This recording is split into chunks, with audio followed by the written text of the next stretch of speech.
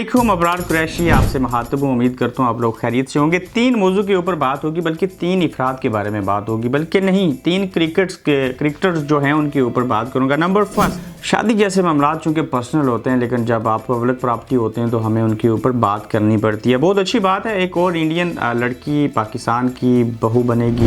हसन अली को या हसन को इंडिया वालों ने पसंद किया। एक ही बात है, वो कहते हैं चाहे खरबूजा छुरी पे गिरे या छुरी खरबूजे पे गिरे, एक ही बात होती है।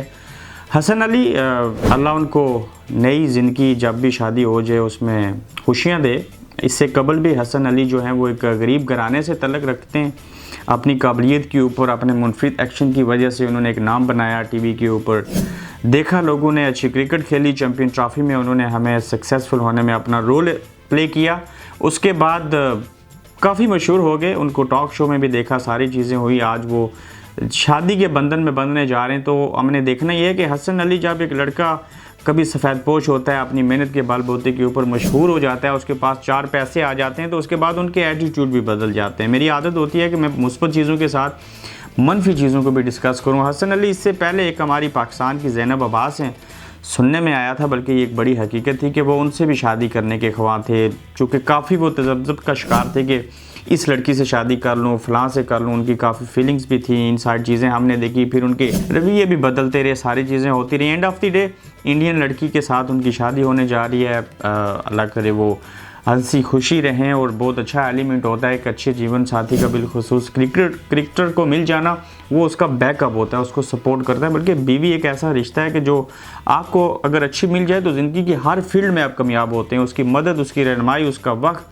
उसकी राय आपको हर जगह पे दरकार होती है। और अगर आपके दरमियान अच्छी अंडरस्टैंडिंग हो तो ये शादी वाली ज़िंदगी दुनिया में जन्नत बन सकती है। इसके अलावा शान मसूद के ऊपर बात हो रही है। इससे पहले मैंने आपको बताया था कि मोहम्मद हफीज़, इमाद वसीम, बाबर आजम की बात हो रही थी कि इनमें से कैप्टन कौन बने, और मैंने मोहम्मद हफीज़ को चूज़ किया था। और अब अगर तीनों के बदले शान मसूद बनते हैं तो 100% शान मसूद जो हैं वो डिज़र्व करते हैं कि अगर कोई सरफराज अहमद के बाद कैप्टन आए तो वो हफीज़ से भी मैं कहूँगा कि शान मसूद को होना चाहिए। बहुत अच्छा एलिमेंट है शान मसूद का, अगर वो कैप्टन बन जाते हैं। हारिस सोहेल की बात हो रही है। हारिस सोहेल बहुत अच्छे अखलाक के मालिक हैं, कैप्टन के लिए भी कदरे बेहतर हैं, लेकिन अच्छा खेलते भी हैं, बड़े कॉन्फिडेंस से खेलते हैं। उनका बात करने का, मैंने खुद उनको प्रेस कॉन्फ्रेंस में उन क्वेश्चन आंसर भी किए हैं ड्यूरिंग द वर्ल्ड कप। बहुत अच्छा बोलते हैं, उनका कॉन्फिडेंस भी बहुत अच्छा है, लेकिन उनकी फिटनेस आड़े आ सकती है।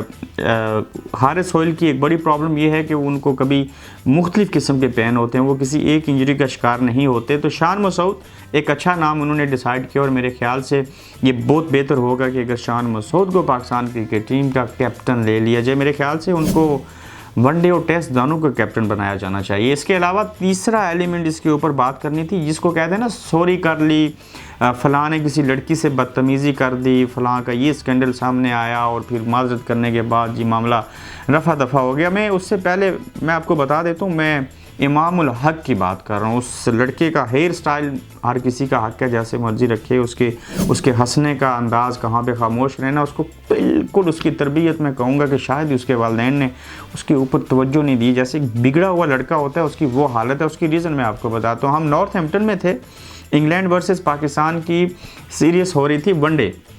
उससे पहले इनका एक वार्म अप मैच था नॉर्थहैम्पटन शायर के अगेंस्ट। तो मेरे घर के साथ ही है ये नॉर्थहैम्पटन क्रिकेट स्टेडियम। तो मैं वहाँ पे गया, तो जब इमामुल हक आउट होके वापस आ रहे थे तो एक ब्रिटिश बॉर्न लड़के ने उनको कह दिया, ये मैं वाकई इसलिए सुना रहा हूँ कि आप किसी की जो सोच है, जो तरीक़ाकार है वो सुने। आप तो जो कुछ किया है इन्होंने लड़कियों के साथ बाद में मदद कर ली, वो और पहलू है।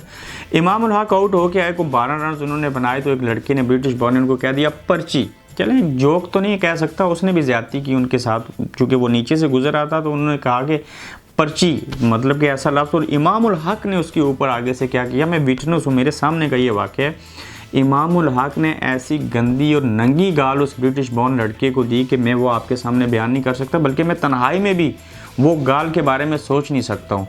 नहायत ही बदतमीज़ लड़का। और उसके बाद उन्होंने उसके ऊपर कुछ गिलास फेंके, चूँकि साथ ही था उनका ड्रेसिंग रूम, और काफ़ी सारी चीज़ें हुई, बात पुलिस तक पहुँच गई और सारा कुछ। तब मैंने रियलाइज़ किया कि वाकया ही ये जो इमामुल हक साहब हैं, ये जिस किसी के भी भतीजे हैं, ये वो नहीं हैं जो ये नज़र आते हैं। और उसके बाद जो हाई कमीशन लंदन में इनकी आप वीडियो देख लें, ये बंदा कैसे बेहूदगी के साथ हंस रहा है, इसको कोई पता नहीं है, शो ऑफ करना।